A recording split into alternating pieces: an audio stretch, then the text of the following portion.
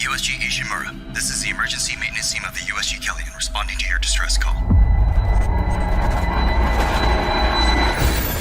Isaac Clarke. What have you got, Isaac? Half the Ishimura's in the red. Engines, hull, the trams. Can you handle it alone? Fix the centrifuge. Get the fuel running.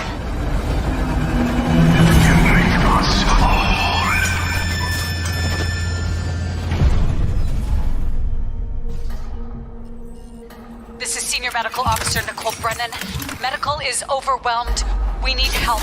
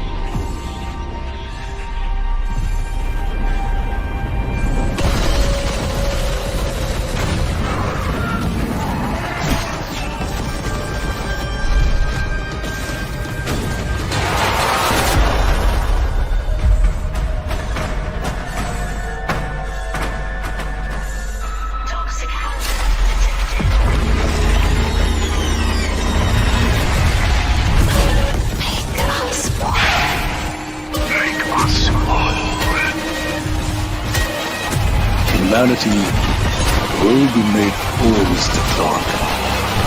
With or without you. Isaac, it's me. It's all falling apart here. I can't believe what's happening. Nicole?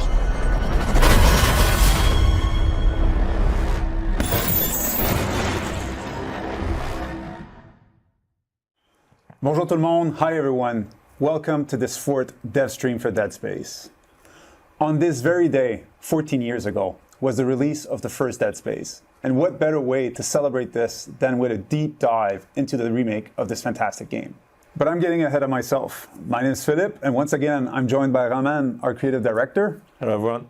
And with us, back from our first live stream, back in a year ago, we have Jackie and Khalif. Thank you for being with us today for this stream. It's nice to finally be in person. Definitely is. What did you think of the trailer? I mean, it's so cool to see how far everything has come from, us seeing things really, really early and now getting to see, an almost finished game like this. It's just so awesome to see all of it start to come together in this bigger way. So really, really excited, yeah. Yeah, I'm blown away from going from playtest to finally seeing everything actually come together as well. It just brings up the nostalgia and the new game, and I'm very, very excited. Cool. Nice. Yeah. Well, as I said at the start, this is our second live stream with Jackie and Khalif. And in the first one that we did end of August last year, we talked about the approach that we took for the remake and shown work in progress asset to illustrate our intentions. We followed this up with a second live stream in March with our audio director, Olivier Asselin, to explain our approach on audio that plays such an important part in the game. In the last live stream that we did in May with Mike Yazijan, our art director, it allowed us to go into the details of how the team is recreating the Ishimura for Gen 5. What did you guys learn exactly from doing those past live streams? So it was really interesting to be able to share working progress or early assets with the community and get early feedback. Like, we got a lot of really good feedback from you, from everybody in the community, but also getting feedback, like for example on the audio of the guns, or how the Ishimura did not look maybe dirty enough, or those kind of things. It was really interesting for us to continue to add and polish the assets we were building for the real game. Yeah, that transparency is something we haven't had a chance to see a lot often in the gaming industry so far. So it was really nice to bring the community in and get feedback, not only with the player council, but with also like people on Reddit and whatnot. Yeah. Alongside all those folks kind of giving you that feedback in real time, just how was the buzz around it? Because I know a lot of folks are really excited for this coming back and now kind of getting more information and more visuals of seeing what's happening. How did that kind of play into all of that, kind of building up some more hype for it? Well, for sure for us, it's a way to get the pulse. Yeah. Like what we're making, is it something that's exciting players? And for devs, like every time that we were doing a stream, everyone was looking at the boards and any type of social media trying to follow, like, okay, well, what are people saying? What are the issues? What are the things that they appreciate? So it's exciting to be able to have that feedback much sooner than we usually are, and also not with all buttoned up assets that are more marketing-y, and that sometimes won't necessarily represent all the effort that the team is having and putting together to explain what are we trying to achieve. So I think the way it was done for us, it allowed to show the behind the scenes a little bit more, and show all the passion and love that the team has for the game that we're making. Because like everybody in the team, starting with us, and like, yeah, everybody at Motive or working with us, we're all big fan of Dead Space. And really doing those live stream, having that open discussion, it really helps us to make sure that we are being true to the original. That not only we are remaking Dead Space and remaking it with the eyes of us as fans, but that's also something true for other people outside of the team that are also fans of the original game. And that was something really important for us, and I hope it shows in what we're showing today. It's very apparent. I feel like I learned that very early on in the player council sessions, that you guys do care and you were responsive to critical comments that we had, and it's coming from a place of obviously love and passion for the game, which is nice. Yeah, and it feels like you're bringing all of us back in and closer to development, which is a thing I'm sure is very scary for all of you as well, doing that work and kind of opening up the doors in that way. But I'm excited. Again, like, this is going to be super fun, and I guess we have a lot more to show during the stream today. So, definitely do. Yeah. Definitely do. So we have many things to show today. So we actually want to start with a gameplay extended trailer that we're going to look at. In this extended trailer, we'll have Isaac that's going to be walking through the engineering deck. And his mission is to repair the engines. And to be doing that and to be fixing something that completely went haywire. We'll showcase a lot of the novelties that we brought to the game. But Roman, to kick things off, why don't you walk us through the different priorities that we set very early on the project and that have acted as guiding lights for the production? Yes, Phil, but before doing that, I want us to quickly go back to the original Dead Space and just walk you through what we think were some elements that were really unique to that experience and that we really want to recreate and pay really justice to in the remake of the game. And the first one, really unprecedented immersion. Dead Space redefined immersion convention in gaming. No HUD, very few cutscenes, everything geared toward having players at the edge of their seats from start to finish, never letting go of the controller. Iconic setting, inspired by Alien, Event Horizon, and The Thing, Dead Space brought a classic survival sci-fi setting never seen before in game, with this level of quality. Of course, the gameplay, strategic action, shooting monsters in the face was no longer enough.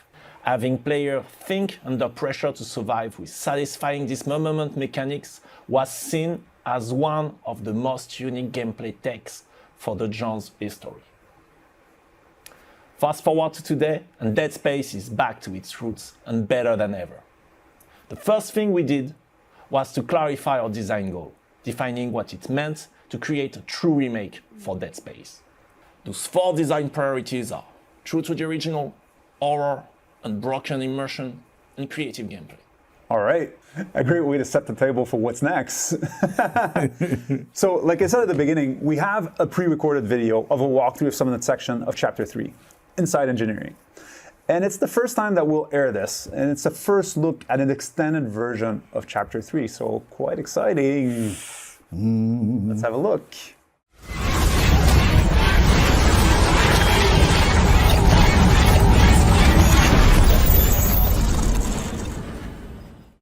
Hi, my name is Philippe Ducharme, senior producer on Dead Space. Today, I'm here to give you a first look at one of my favorite sections in the game. So we find ourselves here in the Ishimura's hangar at the beginning of Chapter 3. We're going to make our way towards the control room in engineering, where we'll attempt to restart the ship's engine. For those of you who remember the original, the hangar was much smaller than it is now. We get to explore this location and literally fly through it before heading to our destination.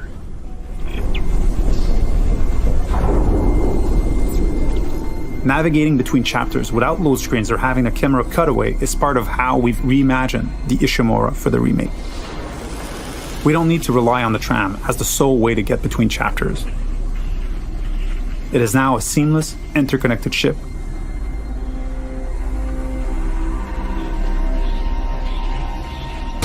Entering vacuum.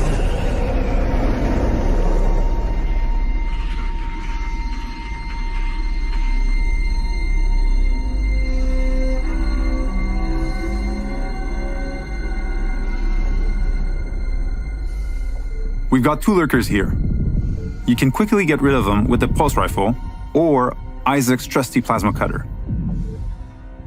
There aren't many traditional firearms on board. To survive, you may have to improvise and choose how to take each necromorph down. We're now entering the ship. We have a lot to show you, so let's skip ahead to Chapter 3.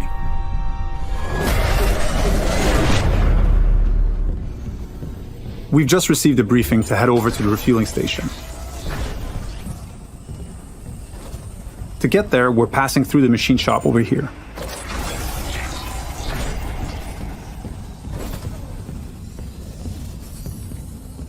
If you needed to backtrack or simply wanted to explore the ship further, you may encounter a completely different experience. Different enemies, the ambience and lighting may change. This is what we call the intensity director. It keeps the Ishimura unpredictable and brings some additional tension and challenge.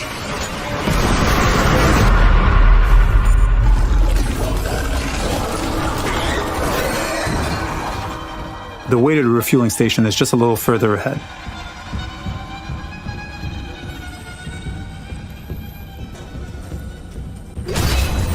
As you can see, some memorable moments are authentic to the original.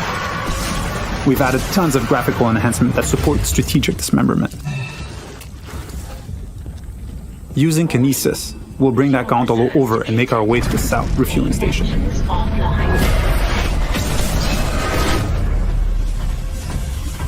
We need to gain access to the fuel management office, which contains the power functions for the refueling station. We can follow that cable to find our way there. One of the things we tried to achieve was to add more context to the various objectives, to expand on what was there and bring a bit more detail and depth where we could.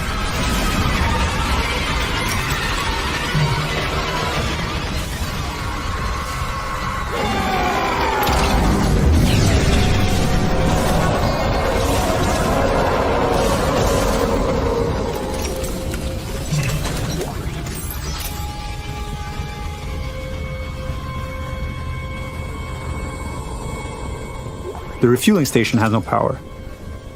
We can look for a way to access the fuel management office.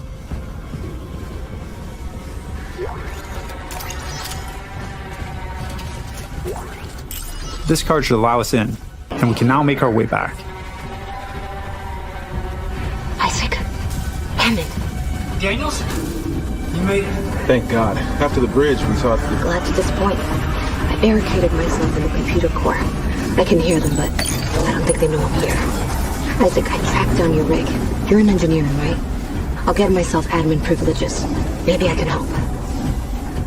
Now that we have access to this room, we're faced with a very tough choice. We could cut power to life support and rely on air canisters for oxygen, but today we'll play the section without lights instead.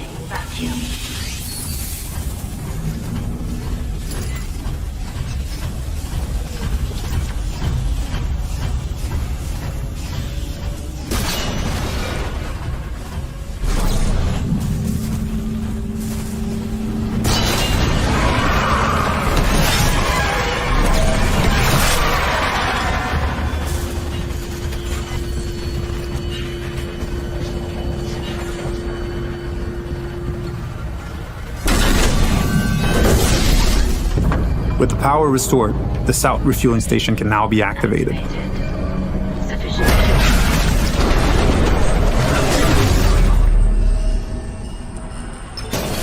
Detonation sequence In the decontamination room, using new tech, we've cranked up the tension.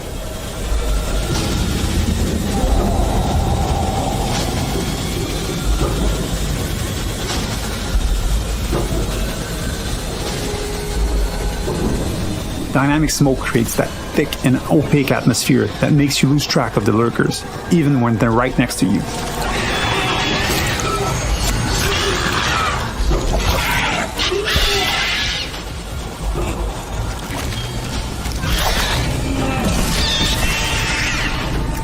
It adds to the claustrophobia, the feeling of being locked in with a pack of necromorphs.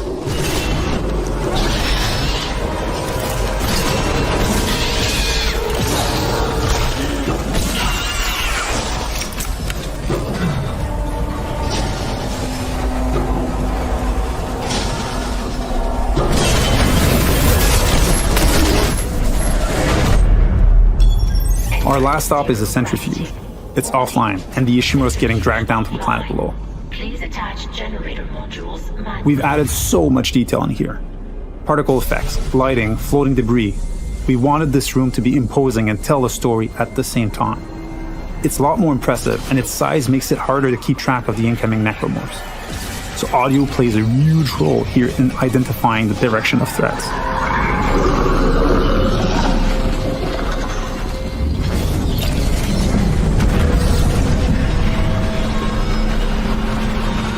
With one of the generator modules back in place, we can head to the second one. Flying in zero-G and not being anchored to the surface makes spatial awareness extremely important. Combat encounters can quickly become deadly, especially with leapers.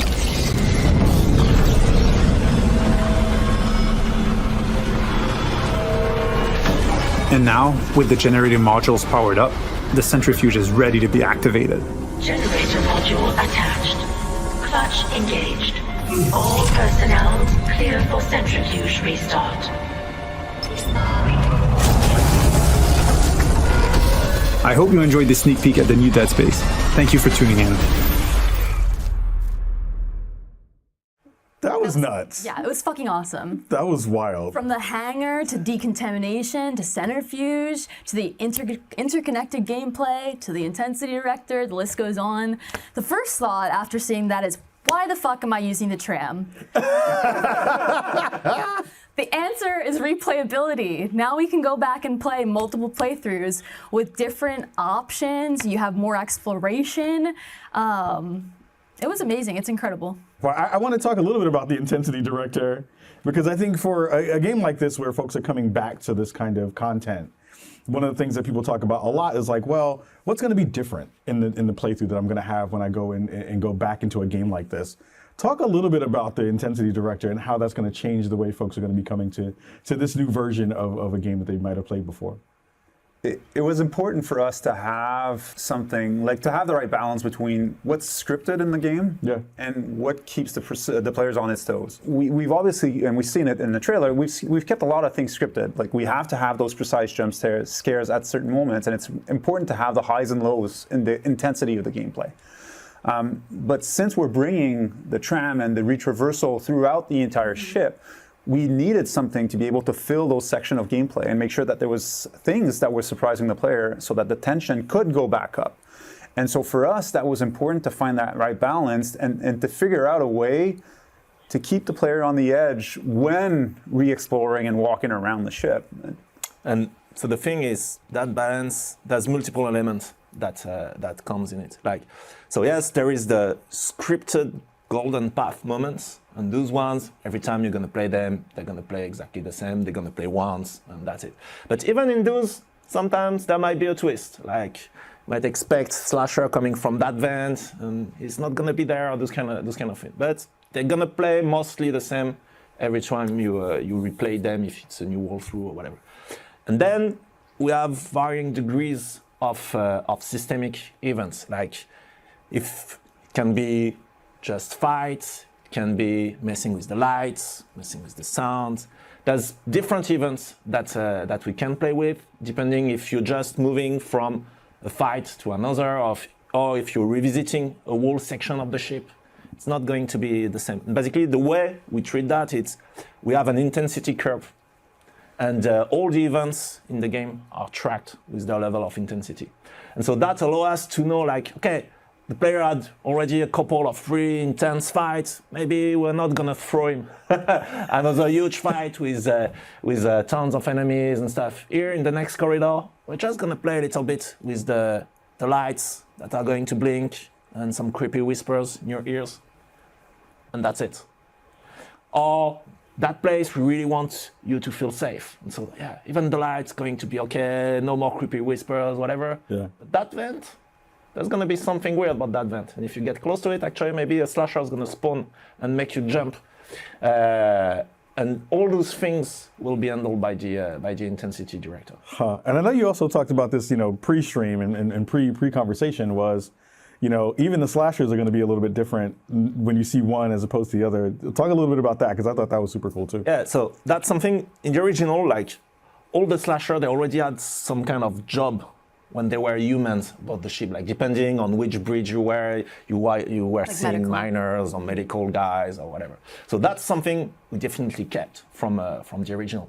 But riffing on that, we wanted to add a bit, even more personality to the slashers, and makes you really, like, every time you're gonna shoot a slasher, we would like you to feel like it's a different guy. And so on top of giving them jobs and different clothes and stuff like that, we also gave them ethnicity, because the Ishimura, it's really has a diverse crew, and we wanted that to also show on the slasher. So now it really feels every time it's a new guy, and it's a new, you can really believe now playing the game.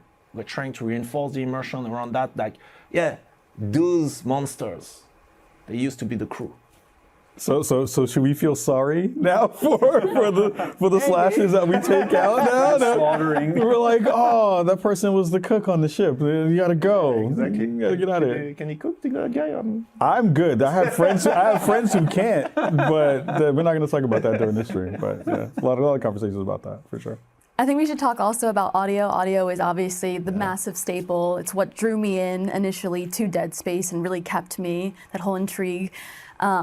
In this trailer, in Decontamination, for example, we have the increased fog, like the dynamic fog, that you can't necessarily always see where enemies are coming from, which is really interesting because of its more audio, and you have to really listen to what you're looking for. And we see that again in the Centrifuge, which, by the way, is fucking massive. It's huge. I love how you're showing the original game, because you recall like these different areas and you imagine these huge environments, but now looking at what the remake is, it's just mind-blowing, honestly. And it's much darker, which I grilled you guys a lot about darkness.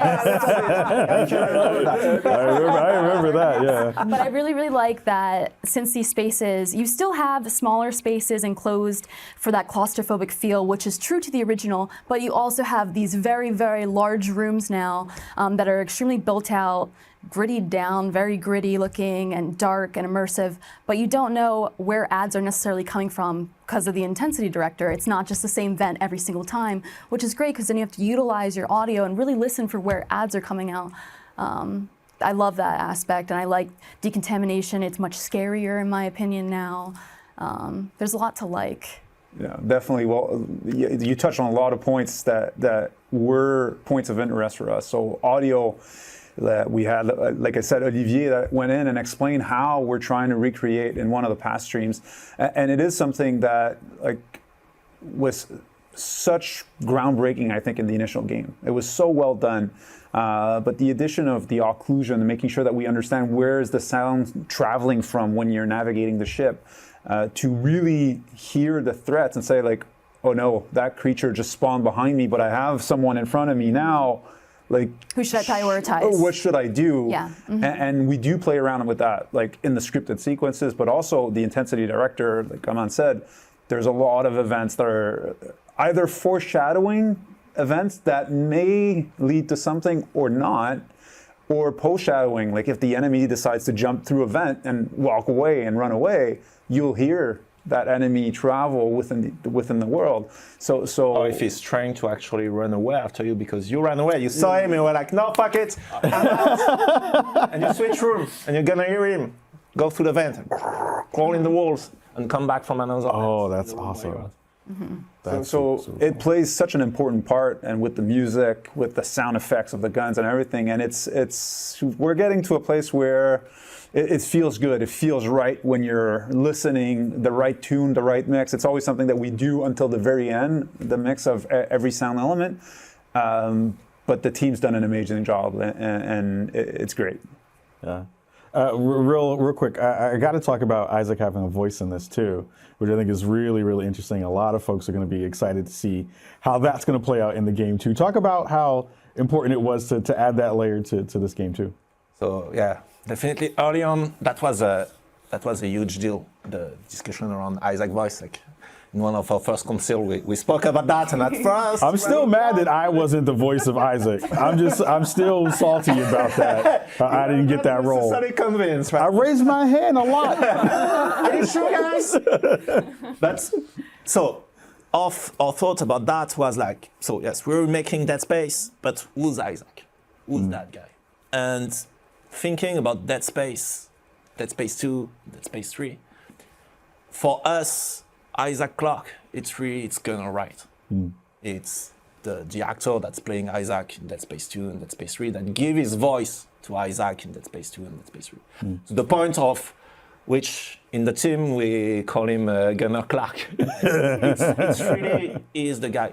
And so going back to Dead Space, there were elements that we wanted to enhance in terms of narrative, and one of those was Isaac as a character. Why is he coming to the Ishimura? What's his relation with the other characters around? And also give him a bit more agency, to have him a little bit more passive, like when you enter an area and you get Hammond or Kendra telling you everything you exactly have to, and what? You're supposed to be the engineer. Like, that's your role. Like, you're supposed to be the guy that knows how to actually make those stuff and get out of that alive. And so for all those reasons, early on we started to think about, okay, we should go back to Gunnar Wright. Now that guy, the Isaac also in Dead Space 1. And we should give him a voice. And now that's allowed us to unlock all those different elements around giving him a bit more personality and agency in what he's doing and stuff. But the one issue, of course, was with horror, because isolation, it's a huge element of the horror in Dead Space. And it's that element like when you're in the dark and you have to go in the basement and you're looking for the lights. Know what I'm talking about, Caliph, right? No?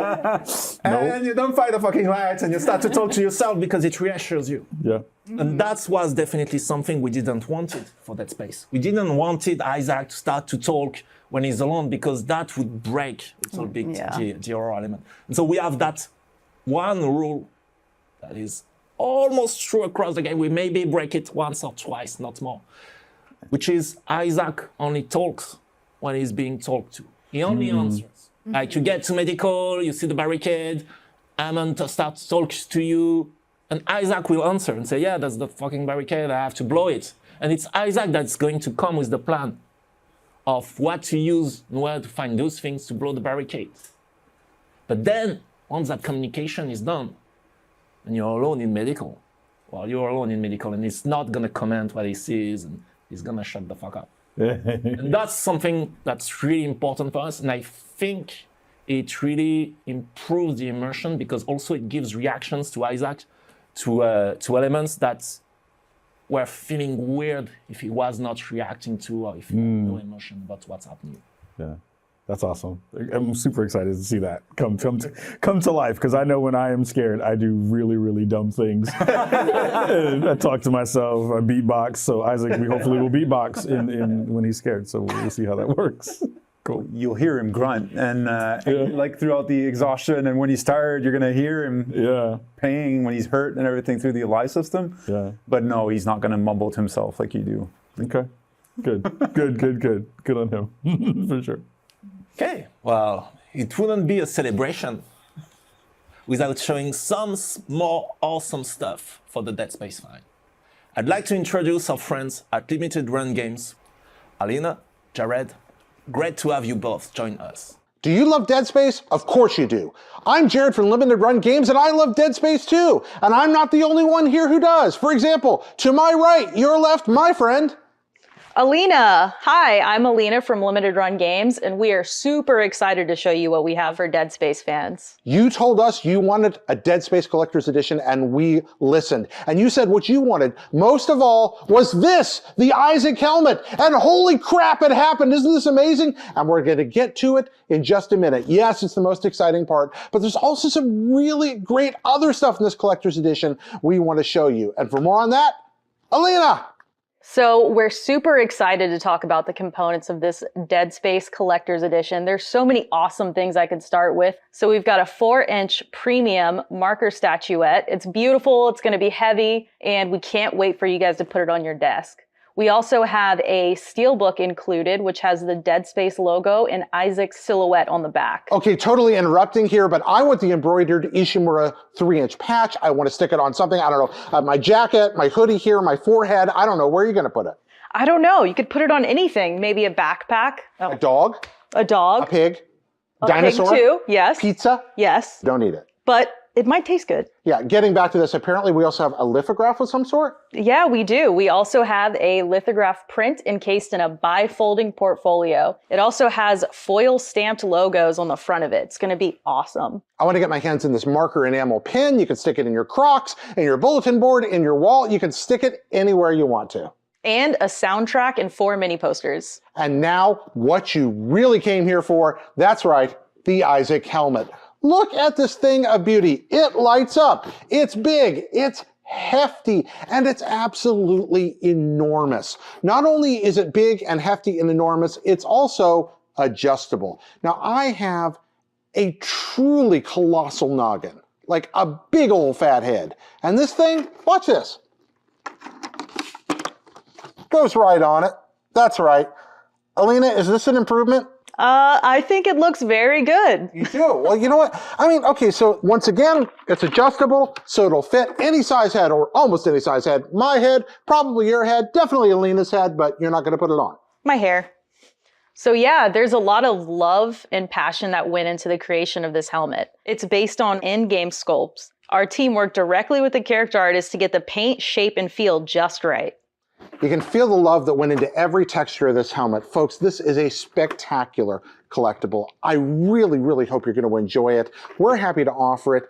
Alina, tell folks where they can get it today. You can pre-order the Dead Space Collector's Edition for a limited time on limitedrungames.com. You can get it for PlayStation 5, Xbox, and PC. Friends, this is one spooky piece of headgear. We hope you enjoy it. Bye-bye. Bye. Thank you, Alina, Jared, everyone at Limited Run Games. This looks great. Thank you for putting this together.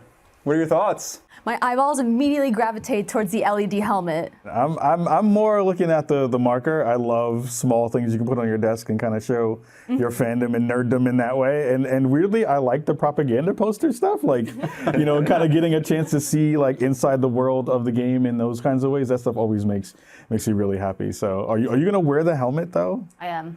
Yeah. On stream.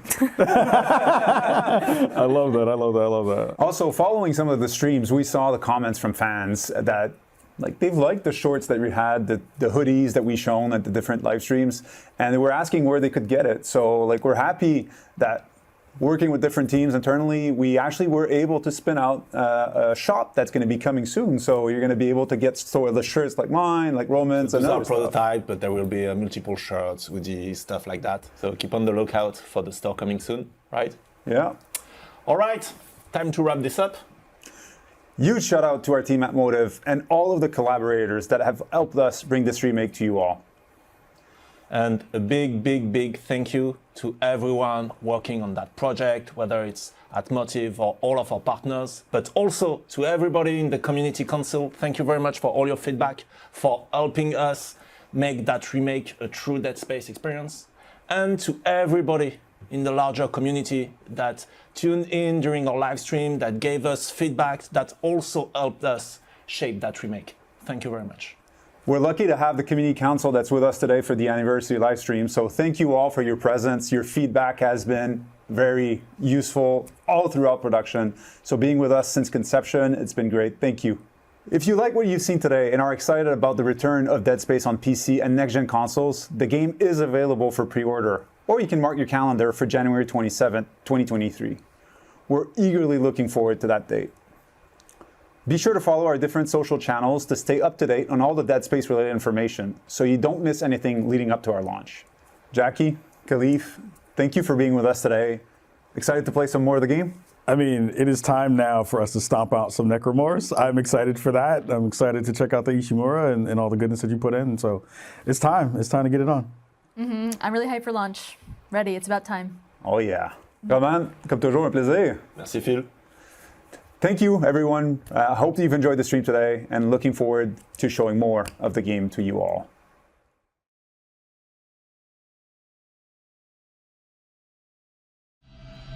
USG Ishimura, this is the emergency maintenance team of the USG Kellyan responding to your distress call. Isaac Clarke. What have you got, Isaac? Half the Ishimura's in the red. Engines, hull, the trams. Can you handle it alone? Fix the centrifuge. Get the fuel running.